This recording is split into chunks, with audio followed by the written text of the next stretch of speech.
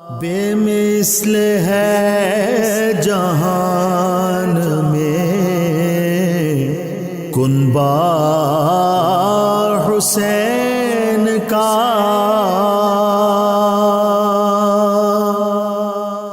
بسم اللہ الرحمن الرحیم۔ السلام علیکم ناظرین، 9 نیوز کے لائیو اسٹوڈیو سے محرم الحرام کی اسپیشل ٹرانسمیشن افضل ہے کل جہان سے گھرانہ حسین کا کے عنوان کے ساتھ آپ کی خدمت میں حاضر ہے آپ کا میزبان محمد لقمان رضا۔ آج 2 محرم الحرام سیدنا امام حسین علیہ السلام کے سفر کربلا پر گفتگو ہوگی، اور ہمارے ساتھ شریک گفتگو ہوں گے ہمارے معزز مہمان اسلامک اسکالر جناب مفتی محمد رمضان جامی صاحب۔ سیدنا امام حسین علیہ السلام کا مقام اور آپ کا گھرانہ وراء الورا نبی محتشم صلی اللہ تعالی علیہ وآلہ وسلم نے سیدنا امام حسن و حسین علیہ السلام دونوں شہزادوں کو جنتی نوجوانوں کا سردار فرمایا، اور یوں ہی آپ کی بارگاہ میں ہدیہ عقیدت پیش کیا گیا کہ شاہ است حسین پادشاہ است حسین، دیں است حسین دیں پناہ است حسین، سرداد نہ داد دست در دست یزید، حقہ کے بنائے لا الہ است حسین۔ وہ عظیم ہستی کہ جنہوں نے اپنا گھر بار سب کچھ اللہ کے راستے میں حق کی خاطر لٹا دیا، وہ سیدنا امام عالی مقام سیدنا امام حسین علیہ السلام۔ آپ کے سفر کربلا کی کئی منازل اور کئی اس کے حصے ہیں، ان کے حوالے سے آج گفتگو ہوگی، اور ہمارے معزز مہمان جناب مفتی محمد رمضان جامی صاحب، ان سے میں یہ سوال، میرا پہلا سوال یہ ہے ہمارے ناظرین کی رہنمائی کے لیے کہ امام علی مقام علیہ السلام کی اس جد و جہد اور واقعہ کربلا کے اسباب کیا تھے، محرکات کیا تھے؟ بسم اللہ الرحمن الرحیم۔ اللہم صلی وسلم مبارک علی سیدنا و مولانا محمد معدن الجود والکرم وعلی آلہ وصحبہ وبارک وسلم۔ بہت شکریہ جناب محمد لقمان رضا صاحب، بڑے خوبصورت عنوان کے ساتھ آج آپ پروگرام لے کر تشریف لائے ہیں۔ یقیناً واقعہ کربلا تاریخ اسلام کی ایک ایسی دلخراش حقیقت ہے کہ جس سے انکار نہیں کیا جا سکتا، جی، اور ظلم اور بربریت کی ایک ایسی داستان رقم کی گئی ہے کہ جسے سن کر، پڑھ کر، دیکھ کر حالات انسان کا کلیجہ چر جاتا ہے۔ جی، اور جہاں تک تعلق ہے اس کے اسباب کا، اس کے محرکات کا، تو حضرت علامہ اقبال رحمۃ اللہ تعالیٰ علیہ نے اس بات کی طرف اشارہ کرتے ہوئے کہا تھا کہ ستیزہ کار رہا ہے ازل سے تا امروز، چراغ مصطفی سے شرار بولہ بھی، کہ ازل سے 2 جو طاقتیں ہیں، حق اور باطل، جی، کبھی تو حضرت موسیٰ علیہ السلام اور فرعون کی صورت میں سامنے آتی ہیں، کبھی حضرت ابراہیم علیہ السلام اور نمرود کی صورت میں مد مقابل نظر آتی ہیں، جی، اور کبھی جو ہیں یہ سرکار دو عالم صلی اللہ علیہ وآلہ وسلم اور ابو جہل کی صورت میں یا مشرکین مکہ کی صورت میں نظر آتی ہیں۔ جی، تو یہ جو تصادم ہے 2 حقائق کا، حقیقتوں کا، ایک حقیقت اور ایک یعنی حق و باطل کا، جی، تو یہ ازل سے ابد تک جاری رہے گا۔ اور اللہ تبارک و تعالی دین اسلام کی سربلندی یا اپنے احکامات کی سربلندی کے لیے انبیاء کرام علیہ رضوان کے ذریعے اور مختلف قسم کے اپنے رجال غیب کے ذریعے پروردگار ایسے لوگ بھیجتا رہتا ہے جو حق کی کے لیے کام کرتے ہیں۔ اور قرآن کریم میں اللہ تعالیٰ نے ارشاد فرمایا جاء الحق وزہق الباطل ان الباطل کان زہوقا، اور جب بھی حق تشریف لاتا ہے تو باطل دب جاتا ہے، باطل ہار جاتا ہے۔ تو حضرت سیدنا امام علی مقام حضرت امام حسین رضی اللہ تعالی عنہ کی جو داستان ہے، اگر ہم اس کو بھی دیکھیں تو در حقیقت یہ بھی ایک وہ حقیقت ہے کہ جو اسلام کے اندر ایک ایسی سازش پنپ رہی تھی جس کا کلا کما ضروری تھا، تو اللہ تبارک و تعالیٰ نے یہ کلا کما حضور کے خون کے ذریعے ہی اللہ تبارک و تعالیٰ نے ان کے مقدر میں رکھا۔ سبحان اللہ، اور یہ عزم و ہمت کی لازوال داستان ہے۔ جی اس کی بنیادی جو وجہ ہے وہ یہ ہے کہ جو امام الانبیاء صلی اللہ علیہ وآلہ وسلم نے اپنے صحابہ کرام کی جو تربیت فرمائی، جی قرآن اور سنت کی روشنی میں خلافت راشدہ کی صورت میں جو ایک عملی نظام رائج ہوا، حضرت امام حسین وہ عظیم ہستی ہیں کہ جنہوں نے اس نظام کو اپنی آنکھوں سے دیکھا، بے شک، نبی کریم علیہ السلام کے کندھوں پہ سواری کی، اور حضور علیہ السلام اپنے دست اقدس سے اس نظام کو بنا رہے تھے، تشکیل دے رہے تھے۔ اگر یوں کہا جائے کہ شریعت حضرت امام علی مقام کے گھر میں بن رہی تھی یا پنپ رہی تھی تو یہ بے جا نہ ہوگا۔ تو امام علی مقام نے اس پورے نظام کو اپنی آنکھوں سے دیکھا۔ بے شک۔ پھر حضرت سیدنا ابو بکر صدیق رضی اللہ تعالیٰ عنہ کا دور آیا تو آپ نے بھی جو جدوجہد کی، جو کوششیں کی، جو کاوشیں کی، حضرت سیدنا امام حسین ان کو دیکھ رہے تھے، اور وہ اتنا اسلام کا شاندار دور ہے، جناب سیدنا عمر بن خطاب کا دور ہے، جناب سیدنا عثمان بن عفان کا دور ہے، مولا مرتضیٰ کا دور ہے۔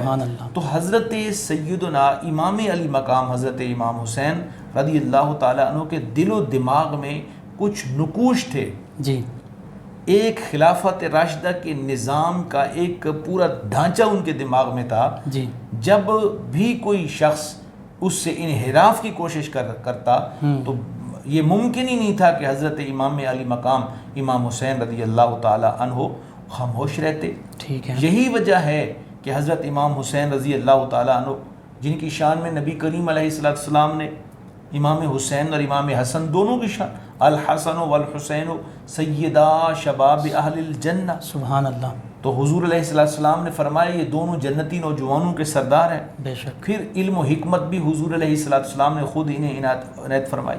امام حسن رضی اللہ تعالیٰ عنہ کی فضیلت بیان فرماتے ہوئے فرمایا یہ میرا بیٹا سردار ہے اور مسلمانوں کے دو بڑے گروہوں کے درمیان صلح کروائے گا۔ سبحان اللہ۔ تو یہ وہ در حقیقت خواص تھے، فضائل تھے جو حضور علیہ السلام نے اپنے ان شہزادوں کے بیان کیے تھے۔ اب یہ جو خلافت راشدہ کا دور جب ختم ہوتا ہے جی، تو خلافت راشدہ کے نظام کے بعد حضرت امیر معاویہ صحابی رسول، ان کا دور رضی اللہ تعالیٰ عنہ، ان کا دور جب اختتام کی طرف جاتا ہے تو یزید مسند خلافت پہ متمکن ہوتا ہے، یعنی حاکم وقت مقرر ہوتا ہے۔ ٹھیک ہے، تو اس وقت وہ نظام جو حضرت امام علی مقام حضرت امام حسین رضی اللہ تعالی عنہ دیکھنا چاہتے تھے وہ نظر نہیں آ رہا تھا۔ ٹھیک ہے، اور عموماً یہ ہوتا ہے کہ کوئی شخص ایک دوسرے شخص کے مد مقابل ہوتا ہے کہ جب کوئی بادشاہت پہ متمکن ہو رہا ہے تو وہ مد مقابل ہوتا ہے کہ بھئی آدھے لوگ اس کو مقرر کر دیتے ہیں اور آدھے دوسرے وہ، تو دوسرا پہلے کے خلاف کرے تو یہ بغاوت شمار ہوگی کہ بھئی آپ ویسے تو لوگوں کے ذریعے تو جمہوری طریقے سے تو جیت نہیں سکے، خلیفہ نہیں بن سکے یا حاکم نہیں بن سکے، اب یہ بغاوت کے ذریعے حاکم بننا چاہتے ہیں۔ تو یہاں ایسا کوئی سین نہیں۔ حضرت سیدنا امام حسین رضی اللہ تعالیٰ عنہ مدینہ منورہ میں تشریف فرمائے جی، اور آپ بڑے سکون کے ساتھ زندگی گزار رہے ہیں، تو ادھر 60 ہجری میں 22 رجب کو یزید نے اعلان کر دیا کہ میں حاکم ہوں۔ ٹھیک ہے، تو یہاں یہ چیز بڑی کلیئر ہو جاتی ہے کہ اگر معاذ اللہ آپ کی کوئی خواہش ہوتی آپ حکومت کے لیے تو آپ اس وقت سٹرگل کرتے، اہل مدینہ کو کہتے، حضرت عبداللہ بن زبیر اس وقت مکہ کے گورنر تھے، ان کو کہتے، یا یہاں پہ مدینہ میں جتنے لوگ تھے یہ آپ کے ماننے والے تھے، ان سے کہتے کہ جی آپ لوگ میرا ساتھ دیں، میں چاہتا ہوں کہ ہم بھی ایک سسٹم بنائیں، ایک سسٹم متعارف کریں، آپ میری بیعت کر لیں۔ ٹھیک ہے، لیکن آپ نے ایسا کچھ نہیں کیا۔ تو پتہ یہ چلتا ہے کہ یہ جو حقیقت، یہ جو تاریخ کی کہانی ہے یہ یک طرفہ ہے، یہ یزید کا ظلم ہے، یہ یزید کی کارستانیاں ہیں اور اس کا پس پردہ حقائق وہی ہیں۔ اور یزید سے حضرت امام حسین رضی اللہ تعالیٰ عنہ کو کیوں نفرت تھی؟ جی، اس میں بھی کوئی ذاتی مسئلہ نہیں تھا، صحیح، دین کی بقا کی بات تھی، کیونکہ وہ فاسق و فاجر تھا۔ تو یہ تھا کہ جب اس نے اپنے خلیفہ ہونے کا اعلان کیا تو ساتھ اس نے یہ بھی اعلان کر دیا کہ آج رات فنکشن ہوگا، سرخ کپڑے پہنے گئے، شراب پی گئی، تمام صوبوں کے گورنروں کو بلایا گیا اور جناب علاقے کے جناب موسیقی کی ایک طویل مجلس برپا ہوئی، حلال اور حرام کا اختلاط کر دیا اور بہت ساری شرعی جو حدود تھی ان کو پامال کیا جانے لگا۔ تو امام علی مقام جیسے کہ میں نے ابتدا میں کہا ان کے دماغ کے اندر ایک نقشہ تھا، جی ان کے دماغ میں ایک حقیقت تھی جو خلافت راشدہ، خلافت علی منہاج النبوہ، وہ جو سسٹم تھا وہ ان کے دماغ کے اندر تھا. آپ اس کی بحالی چاہتے تھے، آپ اس سسٹم کا ارتقاء چاہتے تھے جس سسٹم کو حضرت سیدنا ابو بکر کے بعد عمر نے پروان چڑھایا. جیسا کہ کل بھی آپ فرما رہے تھے 22 لاکھ مربع میل پہ تک پھیلایا. حضرت عثمان غنی نے علمی اور قرآنی جو خدمات ہیں وہ سر انجام دی. مولا علی مرتضیٰ نے پوری دنیا میں علم کی روشنی پھیلائی. تو اس کو آگے بڑھنا تھا. تو اس کو آگے بڑھانے کے لیے تو چاہیے جائے کہ کوئی آگے بڑھاتا، اور ایک ایسا حاکم، ایک ایسا ظالم آدمی حاکم بننے جا رہا تھا جو ان چیزوں کو بھی خراب کرنے کی کوشش کر رہا تھا. یعنی وہ اسلام ہی کے لیے بدنامی کا باعث تھا. جی بالکل. اور نقصان کا باعث تھا. اس کے جو فاسقانہ فاجرانہ جو احکام تھے، جو اس کے اعمال تھے، اس سے اسلام کو کوئی فائدہ نہیں ہونے والا تھا بلکہ نقصان ہو رہا تھا. بالکل. اس وجہ سے سیدنا امام علی مقام علیہ السلام نے حق کی بات جو ہے اعلان کہی اور ڈٹ گئے حق پر. بالکل اسی طرح یہ ہے کہ اور یہ بعض اوقات ایک ایسا مقام آتا ہے جی کہ جب کسی شخصیت پر، اہل حق پر یہ واجب ہو جاتا ہے کہ جب آپ کی آنکھوں کے سامنے، حدیث پاک ہے نا جی کہ جب تمہارے سامنے برائی یا ظلم ہوتے دیکھو، برائی یا ظلم ہوتے دیکھو تو پھر تمہارے پاس 3 راستے ہوتے ہیں. بے شک بے شک. من رأى منکم منکرا فلیغیرہ بیدہ، جو برائی کو دیکھے تو اگر وہ صاحب استطاعت ہے، اس کے اندر طاقت ہے تو اس کو اپنے ہاتھ سے روکے. ٹھیک ہو گیا. بالکل پہلا درجہ. جی پہلا درجہ ہے. اور یہ عموماً ان لوگوں کے لیے کہا جاتا ہے جو صاحب طاقت ہوتے ہیں. ٹھیک ہے. جن کے پاس یہ اقتدار ہوتا ہے، جن کے پاس لوگوں کی پاور ہوتی ہے، محبتوں کی پاور ہوتی ہے. بالکل ٹھیک. وَإِلَّا فَبِلِسَانِهِ. ٹھیک ہے. اگر زبان ہاتھ سے وہ طاقت نہیں رکھتا تو پھر زبان سے. ٹھیک ہے. دوسرا درجہ یہ ہے کہ وہ زبان سے کہے کہ تم غلط ہو، غلط کہے، ٹھیک کو ٹھیک کہے. بالکل ٹھیک ہو گیا. اگر زبان سے کہنے کی طاقت بھی نہیں رکھتا، وَإِلَّا فَبِقَلْبِهِ وَذَلِكَ أَضْعَفُ مِنَ الْإِيمَانِ او كما قال النبی صلی اللہ علیہ وسلم. فرمایا تیسرا درجہ یہ کہ وہ دل میں برا جانے. امام علی مقام جس منصب پہ فائز تھے، آپ پہلے درجے کے آدمی. سبحان اللہ. بے شک. آپ استقامت کے کوہ گراں تھے. بے شک. آپ استقامت کے کوہ ہمالیہ تھے. بے شک. تو اس لیے آپ نے جو ہے یہ فیصلہ کیا اور آپ نے عزیمت کو اختیار نہیں کیا، استقامت کو اختیار کیا. آپ نے رخصت کو اختیار نہیں کیا. رخصت کو اختیار نہیں کیا، آپ نے راہ حقیقت کو اختیار کیا. آپ نے ایک استقامت کو اختیار کیا، عزم و ہمت کے راستے پر چلے، عزم و ہمت کے، عزیمت کو جو ہے نا وہ اختیار کر کے. چونکہ اس میں وہ کوفیوں کے خطوط وہ بھی ایک اب بن چکے ہیں کہ اگر ان خطوط کا جواب نہیں دیا جاتا تو پھر کل روز محشر بھی. بالکل. دیکھیے میں کوفیوں کے خطوط کی طرف بھی آتا ہوں جی، لیکن جس وقت یزید حاکم مقرر ہوتا ہے جی جی، اس نے لیٹر لکھا ولید بن عقبہ کو، جو اس وقت گورنر مدینہ تھے، مدینہ میں، کہ آپ سب سے پہلا کام یہ کریں کہ امام حسین رضی اللہ تعالیٰ عنہ سے بیعت لیں. بیعت کا معنی یہ ہوتا تھا اس دور میں کہ آپ مجھے بحیثیت حاکم و تسلیم کر لیں، آپ کے ذریعے کر لیں. اب یہ جو ولید بن عقبہ تھے نا، یہ بڑے محب اہل بیت تھے، بڑے ایک صاف وہ نرم دل کے. یہ امام حسین رضی اللہ تعالیٰ عنہ کی بارگاہ میں حاضر ہوئے مدینہ منورہ میں. ٹھیک ہے. گورنر مدینہ جی، اور بڑے ادب سے گزارش کی کہ حضور میں ایک ایسی خبر لایا ہوں جو کچھ اچھی نہیں ہے. آپ نے ارشاد فرمایا کیا خبر ہے بتائیے. تو ولید نے کہا حضور خبر یہ ہے کہ یزید حاکم بن چکا ہے اسلامی سلطنت کا، اور اس کا یہ پہلا سے پہلا حکم ہے کہ یہ فوری طور پر امام حسین رضی اللہ تعالیٰ عنہ میری بیعت کریں. ٹھیک ہے. تو اب میں مجبور ہوں، تو آپ برائے مہربانی بیعت کریں. یہ کیا آپ کی کیا رائے ہے؟ امام حسین رضی اللہ تعالیٰ عنہ نے اسی وقت جو ایک جملہ ارشاد فرمایا، آخر تک آپ اسی پہ قائم رہے. آپ نے فرمایا کہ میں کبھی بھی یزید جیسے فاسق آدمی کی بیعت نہیں کروں گا. سبحان اللہ. فرسٹ ٹائم ہی آپ نے یہ جملہ ارشاد فرما دیا. اب ولید نے یہ کہا کہ حضور اگر آپ بیعت نہیں کریں گے تو پھر جیسے آپ کہیں یہ علاقہ، یہ سلطنت، یہ مدینہ آپ کے قدموں پہ قربان ہے. میں جیسے آپ فرمانا چاہتے ہیں میں کرنا چاہتا ہوں. تو اب ذرا یہ دیکھیے 22 تاریخ کو یزید خلیفہ جو ہے وہ مسند خلافت پہ، مسند اقتدار پہ متمکن ہوتا ہے.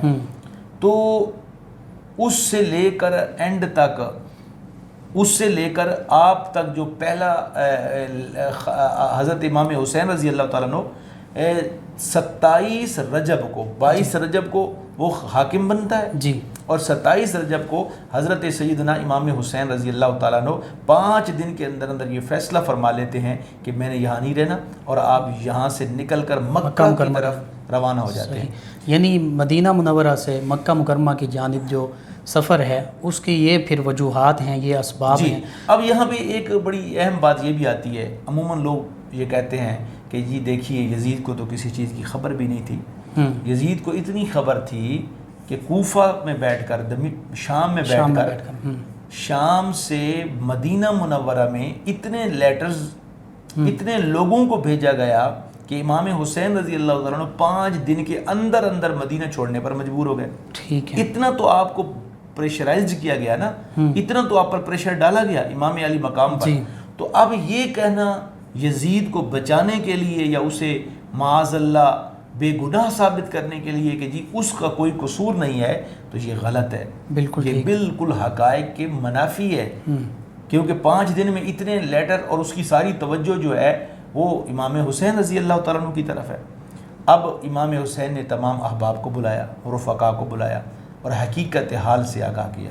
ٹھیک، اور پھر آپ نے جو بڑا ایک اہم کام جو اس وقت تمام ہمارے اہل بیت اطہار کا طرز عمل تھا، صحابہ کرام رضوان اللہ علیہ مجمعین کا طرز عمل تھا، وہ یہ تھا کہ وہ جو بھی سفر کرتے آقا علیہ السلام کی بارگاہ میں حاضری دیتے۔ سبحان اللہ۔ امام علی مقام نے سرکار دو عالم صلی اللہ علیہ وسلم کی خدمت میں اقدس میں حاضری دی، مورخین نے لکھا ہے کہ یہ حاضری آپ کی زندگی کی آخری حاضری تھی، بے شک، اور جس محبت کے ساتھ جس عشق کے ساتھ آپ نے وہاں پہ جا کے سلام عقیدت پیش کیا، محبتوں کے نذرانے پیش کیے، اور نانا جان کی خدمت میں گویا یہ آخری سلام کیا کہ میں اب یہاں سے نکل رہا ہوں اور دوبارہ یہاں واپس آنا ممکن نہیں ہے، تو بڑی محبت اور گریہ کے ساتھ آہوزاری کے ساتھ بڑے ہی آنکھوں میں آنسو تھے، ایک محبت بھری حاضری پیش کی اور تمام خاندان کو جمع کیا۔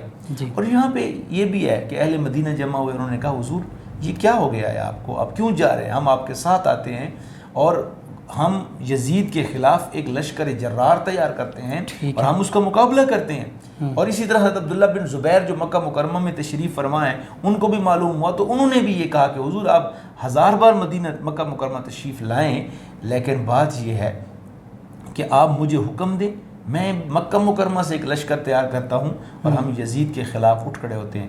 لیکن امام حسین رضی اللہ تعالیٰ نے فرمایا نہیں، یہ مجھے قبول نہیں ہے۔ تو اہل مدینہ کی ایک بڑی تعداد مدینہ شہر سے باہر آپ کے ساتھ آئی۔ اب یہ دیکھیے نا، اگر ہم اس غلط فہمی کا ساتھ ساتھ ازالہ کرتے جائیں کہ کربلا میں امام حسین علیہ السلام وہاں پہ لڑنے یا جنگ کرنے کے لیے نہیں گئے، اگر جاتے تو اہل مدینہ کو ساتھ لے جاتے۔ ٹھیک ہے، پھر اہل مدینہ سے جب آپ سینکڑوں لوگوں کا لشکر لے کر نکلتے اور ساتھ جو ہے بستیوں کے لوگ مل جاتے، اسی طرح مکہ مکرمہ میں بہت بڑی سلطنت قائم تھی، مرکز تھا، وہاں سے عبداللہ بن زبیر رضی اللہ تعالیٰ عنہ کی قیادت میں لوگوں کو ساتھ نکالتے، تو میرا خیال ہے پوری دنیا کے اندر ایک بہت بڑا کوہرام مچتا اور امت مسلمہ کے اندر ایک بہت بڑا نقصان ہوتا۔ لیکن آپ نے فرمایا قطعاً میری یہ مراد نہیں ہے۔ ٹھیک ہے، آہوں اور سسکیوں میں آپ نے مدینہ کو چھوڑا، اور 5 دن کا سفر کرنے کے بعد یعنی 27 کو آپ نکلے تو 2 یا 3 شعبان المعظم کو آپ مکہ مکرمہ پہنچ گئے۔ اب مکہ مکرمہ جب آپ پہنچے تو وہاں شہر کے باہر لوگوں کا ایک بہت بڑا جمع غفیر تھا کہ نواسہ رسول تشریف لا رہے ہیں، اور لوگوں کو یہ اندازہ بھی ہو گیا تھا کہ آپ حج کے لیے تشریف نہیں لا رہے، ٹھیک ہے، آپ عام سفر کے ذریعے بھی تشریف نہیں لا رہے، بلکہ آپ ایک خاص مشن پہ گھر کو چھوڑ چکے ہیں۔ ٹھیک ہے، اور وہ مشن جو ہے وہ اس مشن کے لیے، اور آپ نکلے کیوں تھے؟ یہاں بھی مورخین نے لکھا ہے کہ آپ نے سوچا کہ اگر مدینہ منورہ بیٹھا رہوں گا تو بات نہیں بنے گی، حج کا موسم ہے، پوری دنیا اسلام سے لوگ آئیں گے، صحابہ کرام ہوں گے، بزرگ صحاب تشریف لائیں گے، تو ان سے مشاورت کروں گا کہ یزید کے معاملے میں کیا کیا جائے۔ صحیح۔ تو اس حوالے سے جو ہے یہاں مکہ مکرمہ تک جو ہے یہ آپ کا پہلا سفر مکمل ہوتا ہے، آپ مکہ مکرمہ پہنچ جاتے ہیں۔ بے شک۔ اور مدینہ منورہ غالباً اس لیے بھی چھوڑا کہ مدینہ طیبہ میں کسی قسم کی کوئی خون ریزی نہ ہو، یہاں پہ جنگ و جدل کا بازار گرم نہ ہو۔ جی ناظرین، سیدنا امام حسین علیہ السلام آپ کے سفر کربلا کے اسباب و محرکات آپ کے سامنے پیش کیے گئے. اسی طرح مدینہ طیبہ سے کیسے جدائی آپ نے گوارا کی کہ آج ہم دیکھتے ہیں ایک عام نبی کریم صلی اللہ علیہ وآلہ وسلم کا امتی جب مدینہ طیبہ حاضر ہوتا ہے تو اس کی خواہش ہوتی ہے کہ میں ساری زندگی یہیں بسر کر لوں, یہیں مجھے موت آ جائے, جنت البقیع مدفن بن جائے. تو نبی رحمت صلی اللہ علیہ وآلہ وسلم کے پیارے نواسے ان کا عالم کیا ہوگا کہ جب وہ مدینہ طیبہ سے رخصت ہو رہے ہوں گے. جی ناظرین, ایک بریک کی جانب بڑھتے ہیں, بریک کے بعد دوبارہ آپ کی خدمت میں حاضر ہوتے ہیں. بے مثل ہے جہان میں کنبہ حسین کا.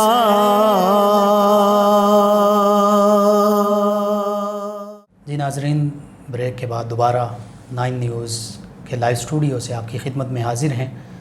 افضل ہے کل جہان میں گھرانہ حسین کا کے عنوان کے ساتھ محرم الحرام کی اسپیشل ٹرانسمیشن آپ کی خدمت میں پیش کی جا رہی ہیں. آج 2 محرم الحرام سفر کربلا کی تفصیلات جو ہیں وہ آپ کے گوش گزار ہو رہی ہیں.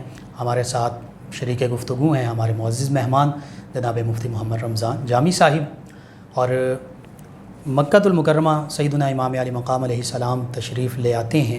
پھر مکہ المکرمہ میں کیا حالات پیش آئے, صحابہ کرام علیہم رضوان کے ساتھ کیا گفتگو ہوئی, کیا مشورے ہوئے, اور پھر امام علی مقام علیہ السلام نے کیسے نمائندے کے طور پر سیدنا امام مسلم بن عقیل علیہ السلام کو کوفہ کی جانب روانہ فرمایا.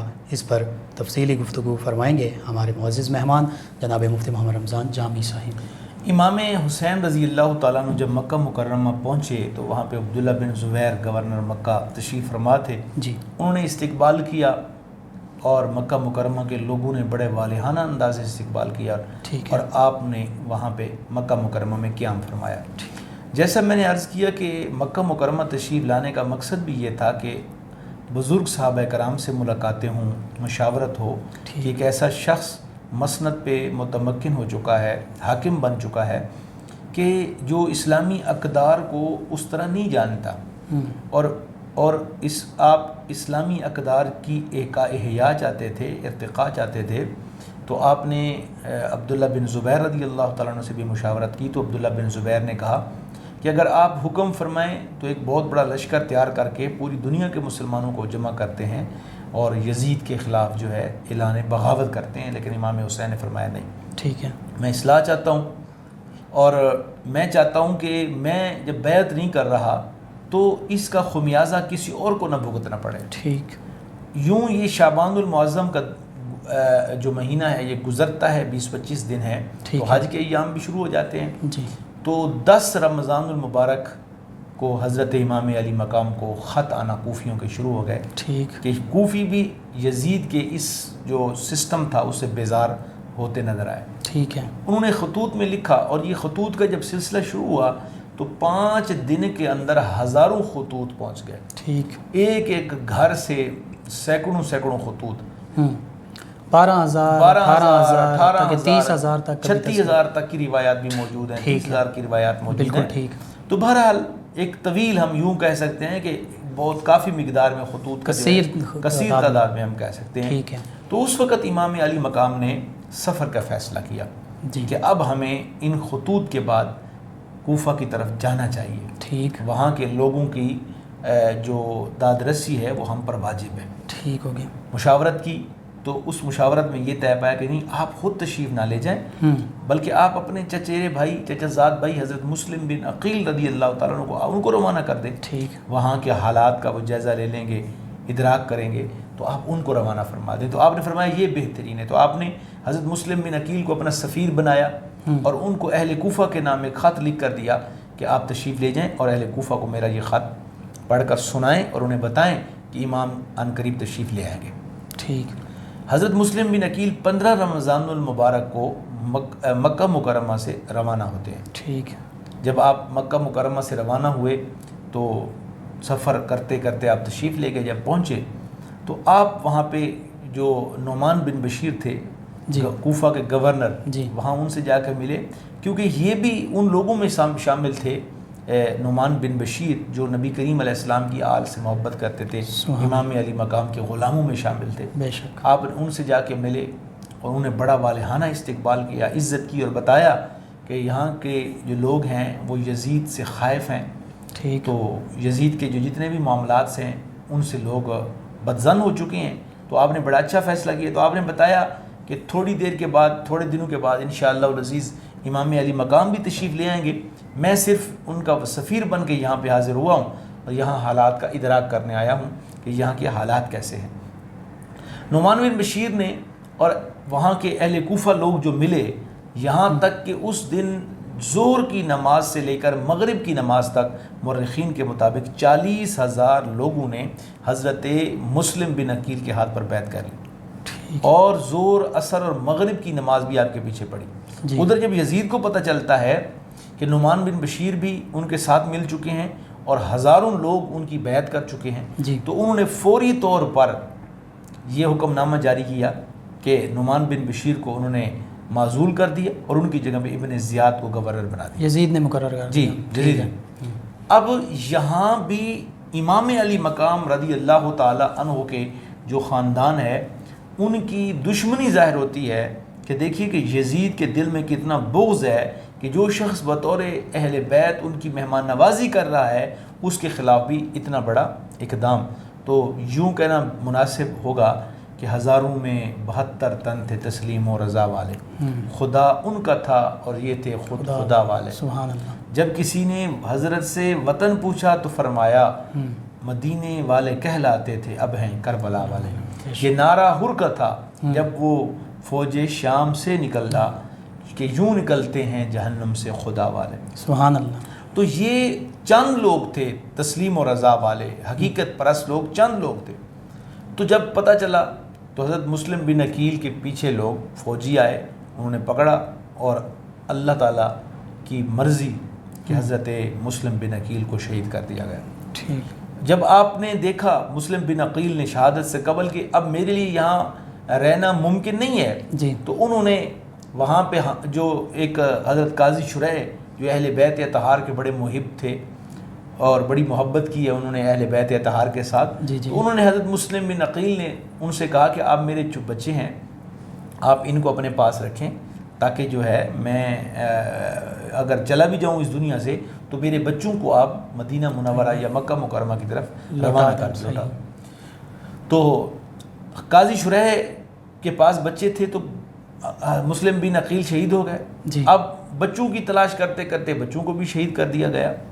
تو یہاں شہادت سے قبل یہ حضرت مسلم بن عقیل رضی اللہ تعالیٰ عنہ نے ایک خط لکھا تھا امام علی مقام کو کہ حضور یہاں کے حالات سازگار ہیں، اتنے ہزار لوگ بیعت کر چکے ہیں، آپ فوراً تشریف لائیں۔ تو امام علی مقام کو جب یہ خط پہنچتا ہے تو ظاہر ہے اس وقت تو حالات درست تھے، کوئی کسی قسم کی کوئی ایسی پرابلم بھی نہیں تھی، کوئی مسئلہ بھی نہیں تھا۔ تو آپ نے جب جو غالباً وہ خط راستے میں ملا تھا، آپ تشریف روانہ ہو چکے تھے؟ جی روانہ نہیں روانہ نہیں ہوئے، جو ہی خط ملا آپ تو انتظار کر رہے تھے، جو ہی خط ملا تو آپ خوشی خوشی روانہ ہوئے کہ نہیں حالات بہت بہتر ہیں، تو لوگ واقعی سچ، لوگ جو ہے نا لوگوں نے سچ کہا ہے، ٹھیک ہے، تو آپ نے چلنا چاہیے، تو آپ تشریف لے گئے۔ تو جب خط ملا آپ کو تو اس وقت دیکھیے نا ذرا کہ 8 ذو الحجہ ہے، جی، یہ بڑا ایک اہم حج کے ایام ہے، تو مطلب شوال گزر چکا ہے، ذیقعد گزر چکا ہے، یہ بہت سے مہینے گزر چکے ہیں۔ بالکل۔ امام علی مقام امام حسین رضی اللہ تعالیٰ عنہ نے اس وقت اگر آپ کے دل میں خلافت یا آپ کے دل میں حکومت کا کسی قسم کا کوئی لالچ ہوتا تو معاذ اللہ استغفر اللہ، تو آپ وہیں پہ رہتے اور دنیا بھر کے حجاج صحابہ کرام بزرگان دین ان کو کہتے کہ آپ رکیے یہاں پہ اور میری بیعت کر لیجئے، لیکن آپ نے کچھ بھی نہیں کیا۔ یہ چیزیں بتاتی ہیں کہ اس معاملے میں آپ اللہ تبارک و تعالیٰ کے عین حکم کے مطابق چل رہے تھے، اور یزید بالکل ظالم اور ایک غلط راستے پہ چل رہا تھا۔ ٹھیک ہے۔ تو آپ نے 8 ہجری کو وہاں سے 8 تاریخ کو 8 ذی الحجہ کو آپ روانہ ہوئے۔ تو آپ کا یہ روانہ ہونا بھی بتاتا ہے امام علی مقام کا کہ امام حسین کو اندازہ تھا اور آپ جانتے تھے کہ یہ چیز اہم نہیں کہ میں حج کروں، آپ نے حج کو چھوڑا، باندھے ہوئے احرام کو توڑا، اور انسانیت کی بقا کے لیے اور لوگوں کی جو ایک بہتری کے لیے وہ کسی شاعر نے کہا تھا نا، بہتر ہے نہ ڈالو مہر و ماہ پہ کمندے، انسان کی خبر لو کہ وہ دم توڑ رہا ہے کہ وہاں پہ انسانیت پہ ظلم ہو رہا ہے اور لوگ تنگ ہیں، لوگوں کی مشکلات ہیں، لوگوں کی تکلیفیں ہیں، تو میں یہ حج کرتا رہوں۔ تو آپ نے کربلا کی طرف جو ہے سفر کیا، روانہ اب شروع ہو گئے۔ تو یہ چیزیں بتاتی ہیں کہ امام علی مقام امام حسین رضی اللہ تعالیٰ عنہ کس قدر اپنے مشن کے ساتھ مخلص تھے۔ بے شک۔ تو آپ کوفہ کی طرف روانہ ہو گئے۔ بے شک۔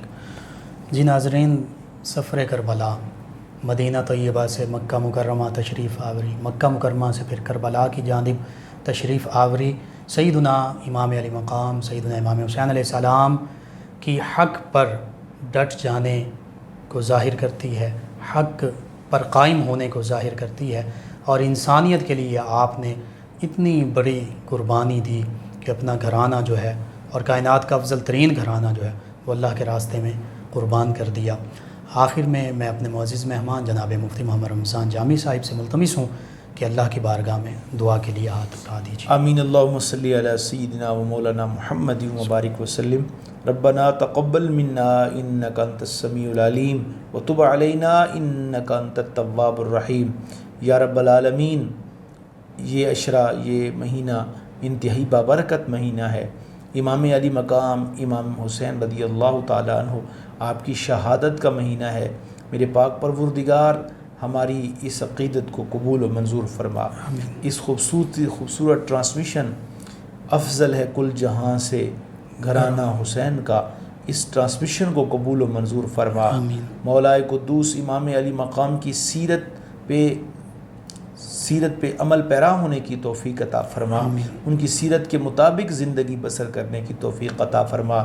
یا اللہ، یہاں پہ 9 نیوز چینل کی جتنے بھی احباب ہیں سب پر اپنی رحمتیں، اپنا کرم، اپنا فضل شامل حال فرما۔ صلی اللہ تعالیٰ علی خیر خلقہ محمد وعلی آلہ۔ جی ناظرین، آج 2 محرم الحرام کی اسپیشل ٹرانسمیشن افضل ہے کل جہان سے گھرانہ حسین کا اختتام پذیر ہوتی ہیں۔ انشاءاللہ کل دوبارہ آپ کی خدمت میں حاضر ہوں گے۔ آخر میں ایک منقبت آپ کی سماعتوں کی نظر کرتے ہیں۔ اللہ نگہبان۔ بے مثل ہے جہان میں کنبہ حسین کا،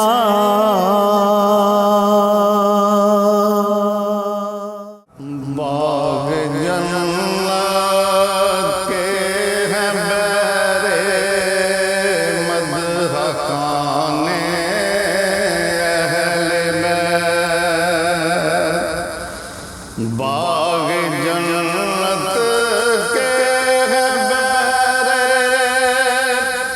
مدح خانے اہل بیت، تم کو مژدہ نار کا ہے دشمنان اہل بیت، تم کو مژدہ نار کا ہے دشمنان اہل بیت، ان کی پاکی کا خدا پاک کرتا ہے بیان، آیا تطہیر سے ظاہر ہے شان اہل بیت، آیا تطہیر سے ظاہر ہے شان اہل بیت، ان کے گھر میں بے اجازت جبرائیل آتے نہیں، ان کے گھر میں بے اجازت جبرائیل